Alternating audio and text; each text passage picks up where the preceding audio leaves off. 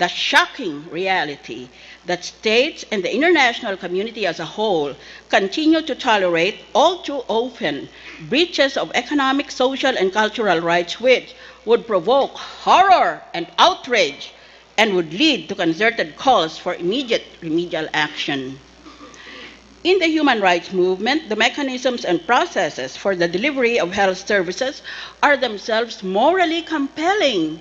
We don't have to justify why we are in favor of the Human Rights Bill.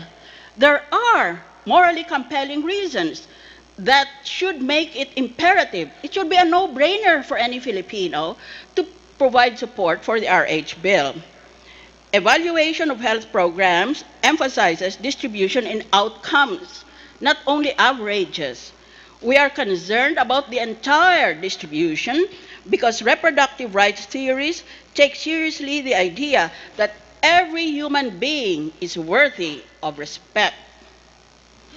Advocates of human rights pay particular attention to disaggregated data among women and the poor because they are particularly liable to practices and prejudices that weaken their agency and the social basis of their self-esteem.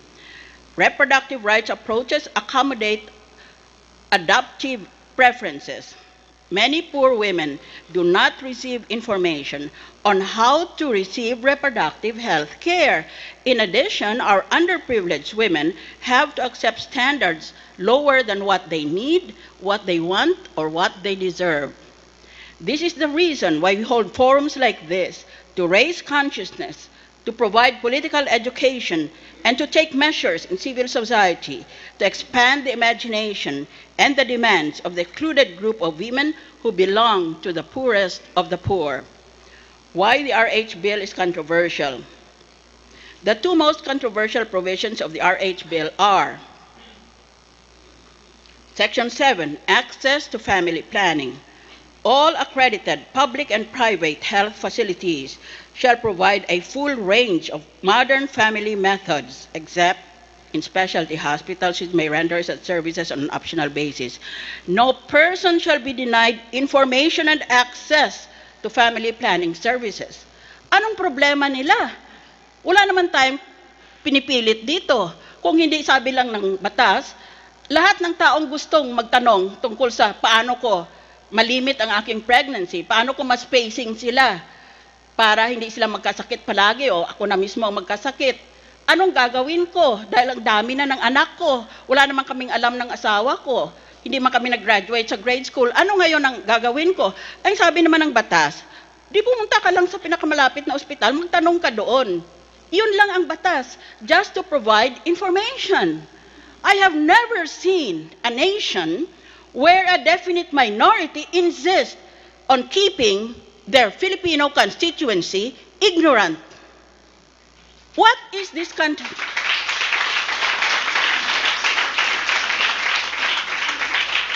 We come to UP, we come to Ateneo, we come to Miriam, we come to Polytechnic University of the Philippines. We come to all of these universities for education. And yet here are a small group of people who want to prevent our Filipino countrymen from accessing education. Education should never be resisted. It should be pursued almost at any cost. Eh bakit itong mga ito? Anong problema nila? I believe I do not have a problem. They have a problem.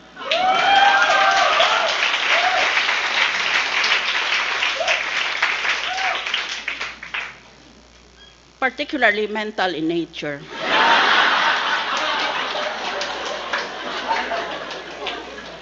Family planning supplies as essential medicines. The National Drug Formulary, ibig sabihin listahan, official listahan ng mga gamot na kailangan nandyan sa ospital para kung may dumating na mahirap at hindi niya kayang tumakbo sa butika at bumili, meron nang ibibigay na lang sa kanya. Baka mamay kailangan niya o baka mamatay siya kung wala pa yung gamot na yon. Kaya meron tayong National Drug Formulary. The National Drug Formulary shall include hormonal contraceptives, intrauterine devices, injectables, and other safe, legal, and effective family planning products and supplies in accordance with FDA guidelines. These products and supplies shall also be included in the regular purchase of essential medicines and supplies of all national and local hospitals, provincial, city, and municipal health offices, including rural health units. Ang ibig lang sabihin, ang ospital talagang namimili yan ng mga gamot na kailangan insigida maibigay sa nangangailangan dahil sa tindi ng sakit nila.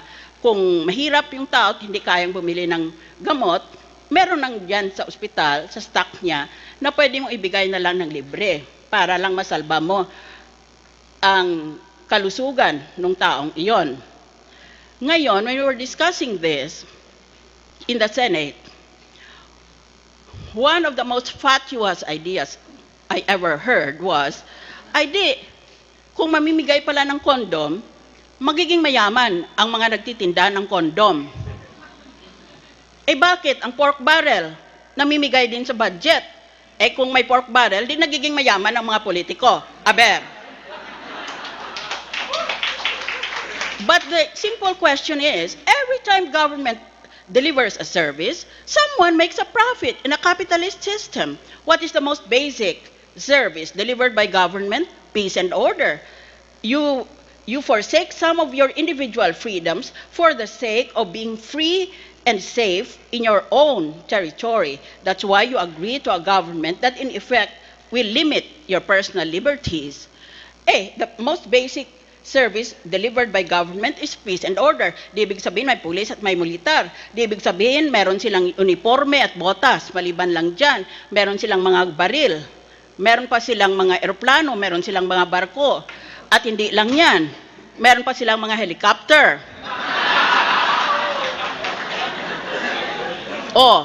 Di ang daming kumikita dyan. Ba't hindi nyo tanungin yun?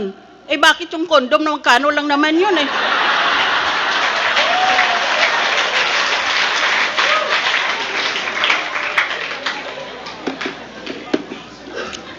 In brief, the RH bill merely wants to empower a woman from the poorest economic class to march to the nearest facility operated by the Department of Health or the local government unit to demand information on a family planning product or supply of her choice. All the bill says is, kung hindi mo intindi kung paano mo ilimita ang iyong mga anak dahil sa mahirap lang kayo at nagkakasakit na kayong lahat, wala man lang kayong makain, dadagdagan mo pa, di pumunta ka lang sa pinakamalapit na ospital publiko at magtanong ka doon. Yun lang sabi ng ating panukalang batas. Kailangan, bigyan mo ng impormasyon yung taong nanghihingi. Sasagot ka lang naman sa tanong niya Ano naman ang masama doon? The bill at the simplest level wants to give an indigent married woman the freedom of informed choice concerning her reproductive rights. Ganito misis ito. We'll start from A to Z. Ganitong pwede mong gawin. Ngayon, bahala ka kung anong piliin mo. Yun lang naman yun. Wala namang pilitan We will include all possible family planning methods and procedures. Kaya siya ngayon ang mamimili. What is so bad about this? This is information. It's like torturing Copernicus because he said, contrary to what the Catholic Church said, the Catholic Church said, the entire universe revolves around planet Earth. Poor Copernicus, who was actually a UP student.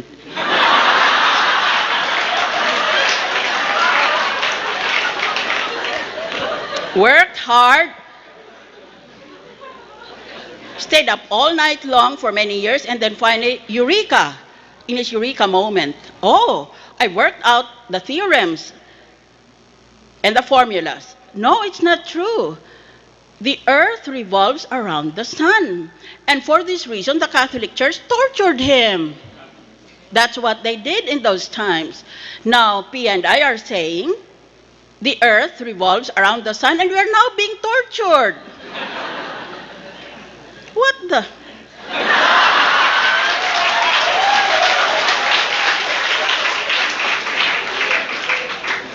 If the bill is highly controversial, it is not because it is dangerous to humans or to the planet.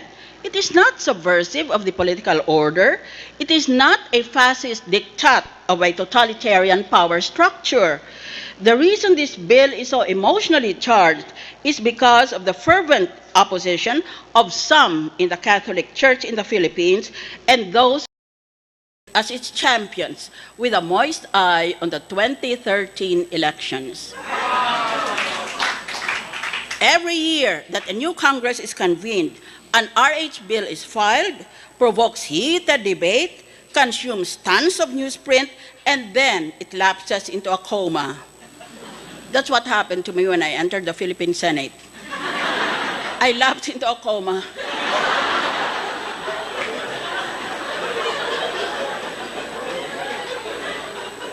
There it remains until it is resurrected at the next Congress, only to go through the same rigmarole of passion, flailing arms, doomsday scenarios, threats of Armageddon, and an implicit competition among its champions for canonization as defenders of the faith.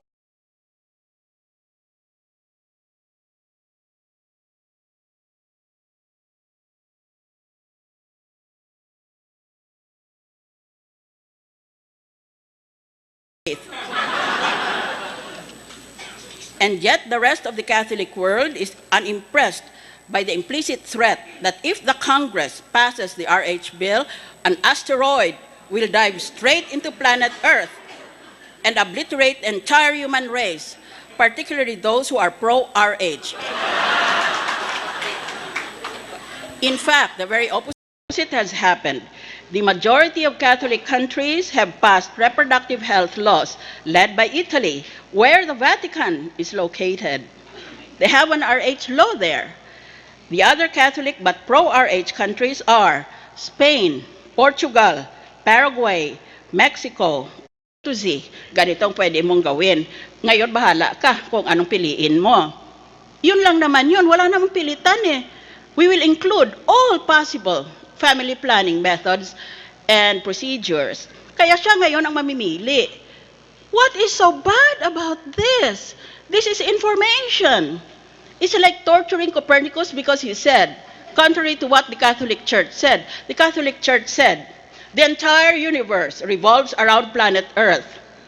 Poor Copernicus, who was actually a UP student.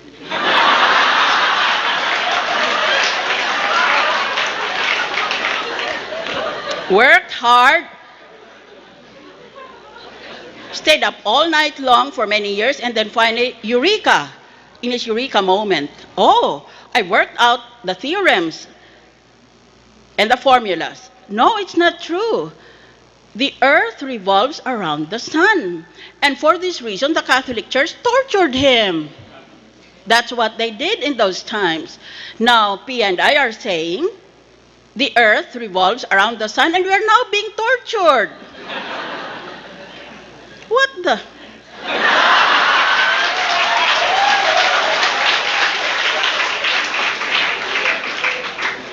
If the bill is highly controversial, it is not because it is dangerous to humans or to the planet. It is not subversive of the political order. It is not a fascist diktat of a totalitarian power structure. The reason this bill is so emotionally charged is because of the fervent opposition of some in the Catholic Church in the Philippines and those who wish to be perceived as its champions with a moist eye on the 2013 elections.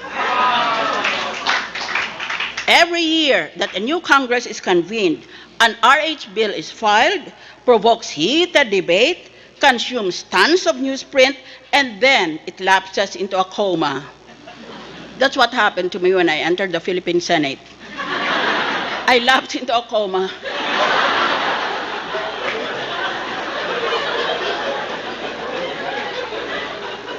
There it remains until it is resurrected at the next Congress, only to go through the same rigmarole of passion, flailing arms, doomsday scenarios, threats of Armageddon, and an implicit competition among its champions for canonization as defenders of the faith.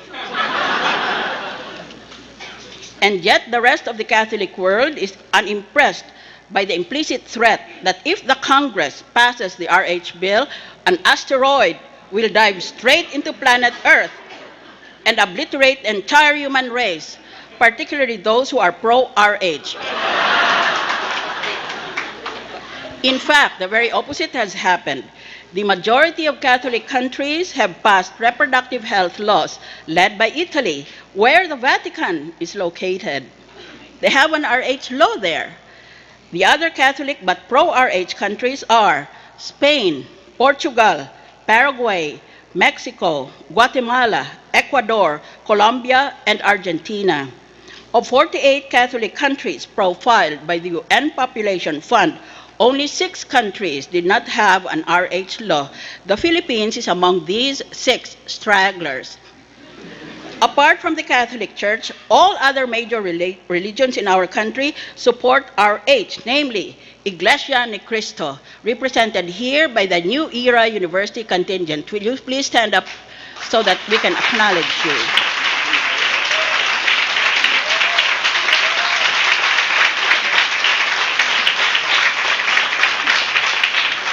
Iglesia ni Cristo, National Council of Churches in the Philippines, Philippine Council of Evangelical Churches, the Interfaith Partnership for the Promotion of Responsible Parenthood, and the Assembly of Darul Ifta of the Autonomous Region in Muslim Mindanao. It is inaccurate to employ the term, quote, Catholic Church, unquote, in describing the anti-RH group. The more accurate term is, quote, Catholic Bishops' Conference of the Philippines. Because the CBCP is not the entirety of the Catholic Church.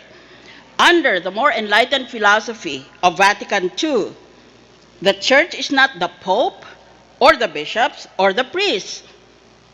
Oh, sino ngayon ang simbahan? Hindi naman pala sila eh. Nagpapanggap-panggapan lang sila.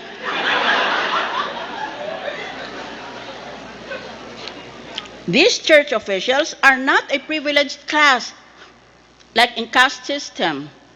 They are not a privileged caste. They are not necessarily superior to the entire faith community.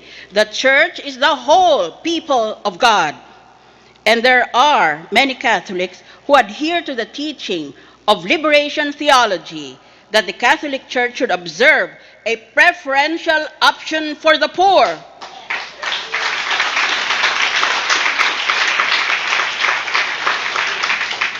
According to liberation theology, before we seek salvation, we must seek liberation for the poor from poverty, disease, and untimely death. That's why liberation theology is so popular among young people, because they can see so clearly what is wrong and what skews our society today. The Filipino people, regardless of religion, have already voted in favor of RH. According to the survey conducted just this June 2011 by social weather stations, 73% want information on legal methods available from the government, while 82% say family planning is a personal choice. This is the will of the Filipino people. It is the democratic expression of what the public wants from government. The anti-RH groups are mute on this ineluctable fact. Eh kung rule of the majority have spoken. Ano pa ang pinagsasabi nila sa Senado? Eh, hindi sila makasagot sa mga asawa na sa mga bahay nila, kaya sagot silang sagot sa Senado.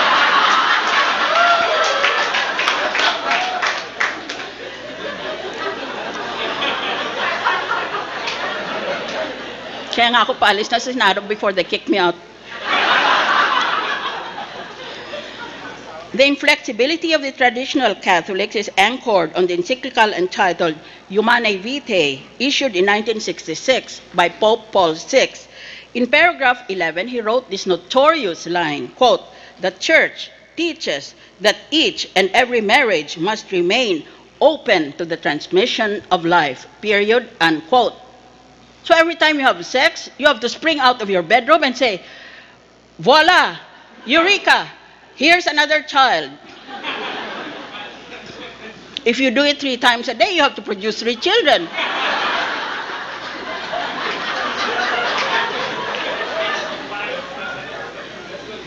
In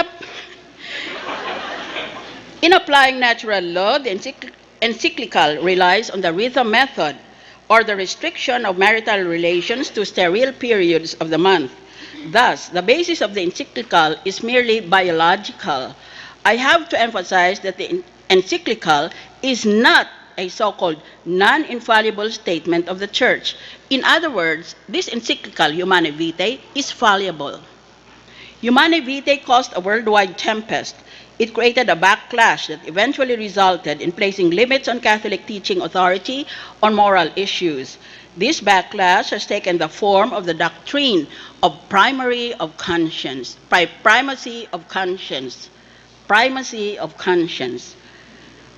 That is to say, of the educated conscience. This doctrine is based on the document entitled Declaration on Religious Freedom issued by Vatican Council II. In Note 3, it declares that we are bound to follow our conscience faithfully in all our activity, and that no one, quote, is to be forced to act in a manner contrary to one's own conscience, nor, on the other hand, is one to be restrained from acting in accordance with one's conscience, especially in matters religious, unquote. That is why Vatican II is so famous. It opened the black doors of ignorance and prejudice of the Church to the fresh blowing winds of liberality and individual conscience.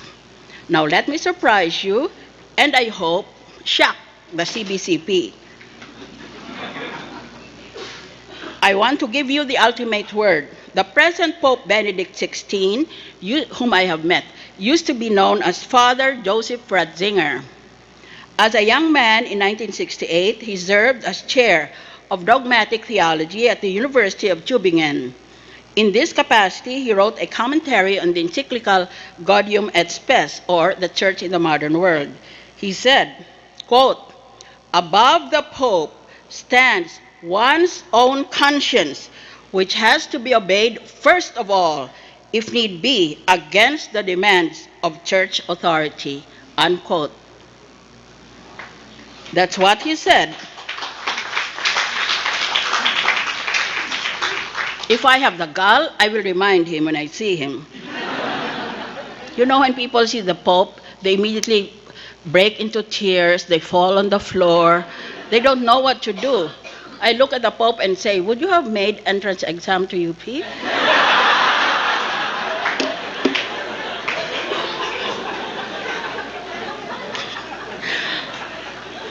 He said, this is the present Pope, Benedict XVI. Above the Pope stands one's own conscience, which has to be obeyed first of all, if need be, against the demands of church authority. Thus, in effect, the Pope himself teaches that there is a basic right for RH advocates to observe the primacy of conscience. Why the RH bill is necessary? We should urge Congress that in both chambers, the debate should conclude and legislators should come to a vote in order that this recurrent issue can stop hogging the national agenda every time a new Congress is convened. Let the Filipino know the principled stand of every legislature so that in the coming 2013 elections, the electorate in whom reposes the sovereign might of the state will know whom to reward and whom to punish. There is an urgent need for an RH bill because 11 mothers die every single day from childbirth and pregnancy-related complications. There was a big to-do about this statistic of 11 mothers dying every day in the Senate. I think they wanted something more accurate, like 11 and a half, 11 and 1/4.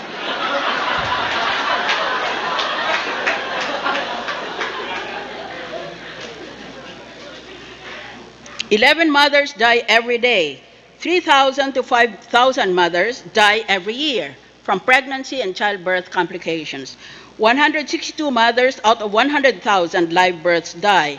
11% of all deaths among women of reproductive age in the Philippines are maternal deaths. 23 million from 15 to 49 years old are of reproductive age. 15 million are at risk of pregnancy. Thus, ladies and gentlemen, the statistics in favor of an RH law are overwhelming, while the sophistic procrastination of politicians are underwhelming. Smokescreen, the logical fallacies in the RH debate. There is no idea as powerful as an idea whose time has come. Politicians seeking to earn the favor of the Catholic hierarchy pose and preen on the national stage. But for every single day that we consume in nitpicking debate resulting in logical fallacies, the clock ticks, and every single day, 11 women die from childbirth complications. Before this day is over, today, 11 Filipinas from the poorest sections in society will breathe their last. But look at what the politicians are doing. Devoid of any substantial argument on the merits, they engage in what any college class on logic would immediately recognize as a logical fallacy. Let me give you just a few examples. The abortion fallacy. Abortion is an artificially induced termination of pregnancy for the purpose of destroying an embryo or fetus. Really? Then there should be an urgent need in abortion in our government, because my impression is that some of our government officials are embryos or fetuses.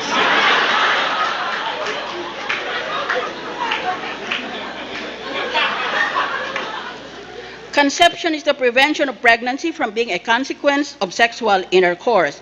Therefore, if there's no pregnancy, there can be no abortion. Is there anybody who disputes this proposition? I'm going to hit you. But anti-RH groups keep chanting the mantra of abortion or abortifacient.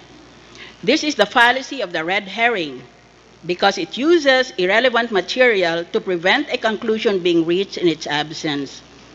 The fallacy of the beginning of life. Identification of the precise time when life begins is recklessly claimed by some people who can only be called delusional. Alam na alam nila kung kailan nagiging buhay ang isang egg plus sperm combination. Alam na alam nila. Wala silang ginagamit na high technology. Hindi man nila ginagamit utak nila. Ewan kung anong ginagamit nila.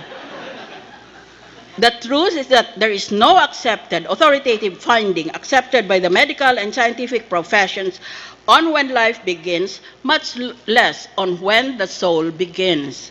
The Constitution, Article 2, Section 12 provides that the state, quote, shall equally protect the life of the mother and the life of the unborn from conception.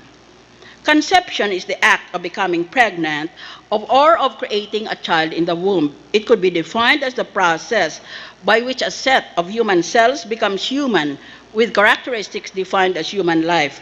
Conception, according to the scientists and the doctors, is not an exact scientific term. Kaya hindi natin talaga malalaman kailan nangyari ang sinasabing conception. The issue today in the RH debate is whether conception begins at fertilization or at implantation. Alam ba ninyo kung anong diferensya o ano? Fertilization is the process of penetration of the egg cell by the sperm cell. It's like a meeting of UP and Ateneo.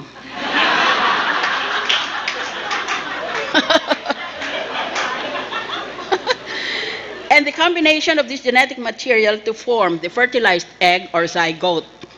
You see many of these zygotes walking around in Congress.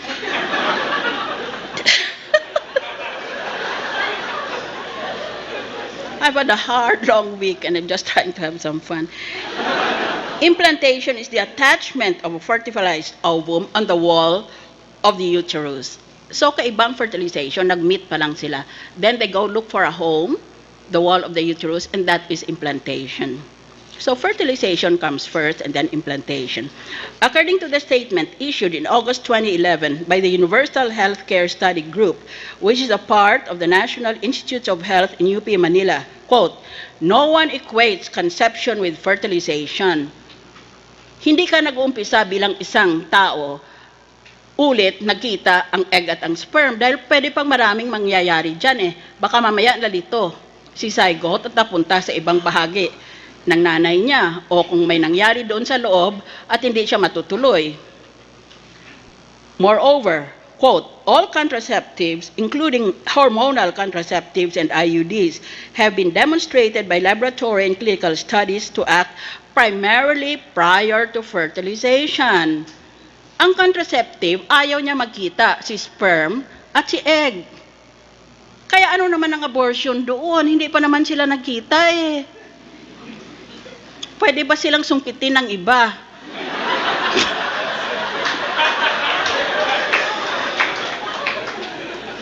To summarize, conception begins only after fertilization, but there is no precise scientific definition of the precise moment when the set of cells can be called human.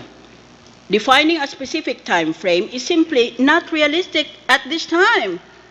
During this stage of our evolution as a civilization, maybe in the future we'll be able to do it. This is the logical fallacy of affirming the consequent, meaning it confirms the consequent in order to prove the antecedent. It is also the fallacy of amphiboly, meaning the fallacy of ambiguous construction. The fallacy of population imperialism. It is claimed that the U.S. needs widespread access to the mineral resources of less developed countries like the Philippines, but population pressure and the anti-imperialist attitudes of the youth stand in the way of the American hegemony. During my time here, we were always participating in demonstrations before the U.S. Embassy because we were so anti-imperialistic. Even until now, that is still the prevailing mood or the zeitgeist here in UP, I believe. During my time, you not only had to be a student leader, willing to stand on top of a jeepney and speak through a megaphone, you also had to be a very fast runner, because when the policemen started to hit you with the clubs, you had to run as fast as you could. Therefore, according to the anti-RH group, births in certain countries in the Philippines should be limited, and the RH bill is just a form of U.S. imperialism. This scenario is highly likely, and I would not put it past the U.S. to develop this strategy. Kayang-kaya nila talaga yan. However, family planning is not only an advocacy of the U.S., but also of the entire United Nations.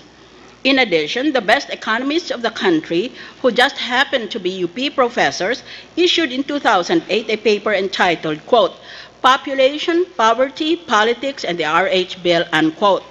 It supports an RH law as an integral part of the strategy for development and poverty reduction.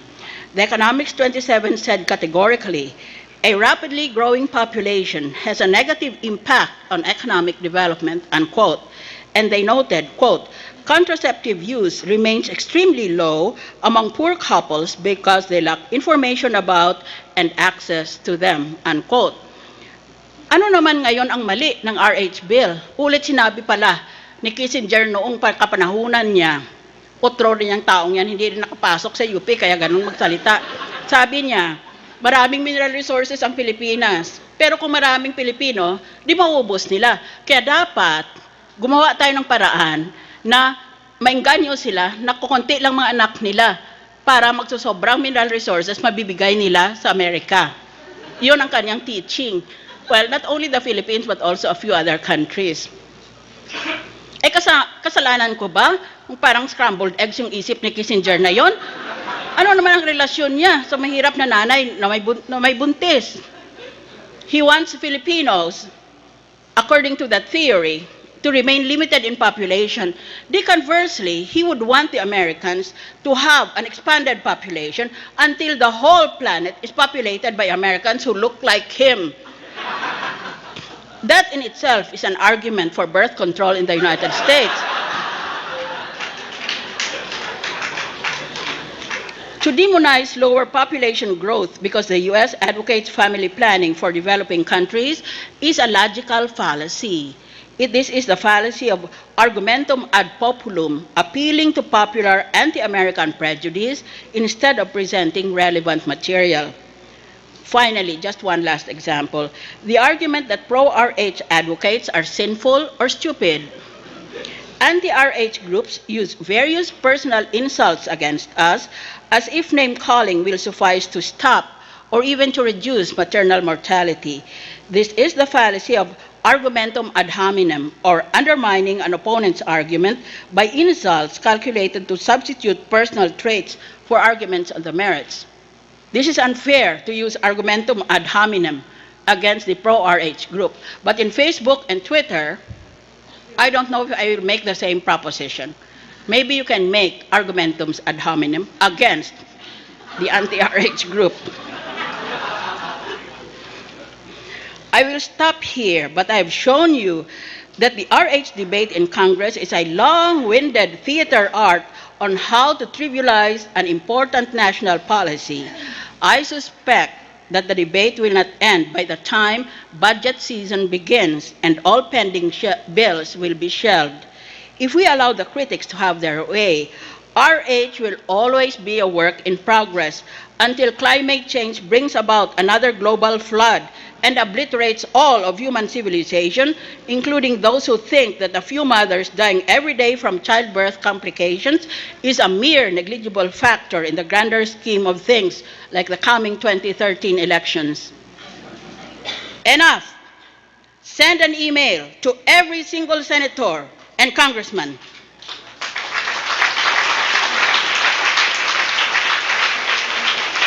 Tell him you're watching. Say, I am watching you, you son of a bitch.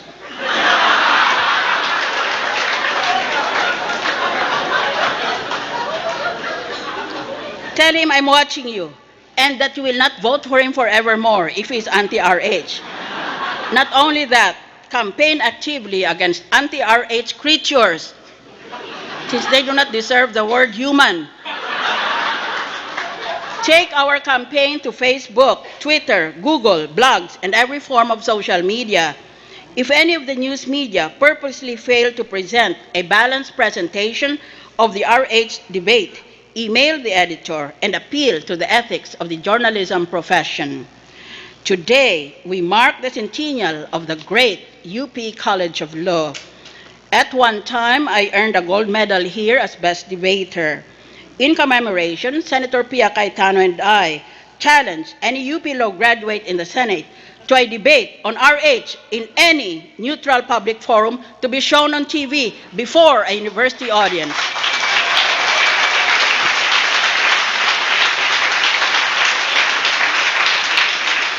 Let the young people decide the social legislation of this country. There is a mother of 7 in a hovel in a squatter's area near you. She's old beyond her years. Her eyes are dimmed by despair. She is undernourished, and so are her children. Her husband is an itinerant manual worker and cannot always afford to put food on the table, never mind buying medicines or paying for school. The government health worker has warned the couple that another pregnancy might pose a risk to the life of mother and child. But the couple do not know how to prevent pregnancy. Will you leave mother and child to die because of mere ignorance? I do not want this mother to die 9 months from now. I refuse to allow it.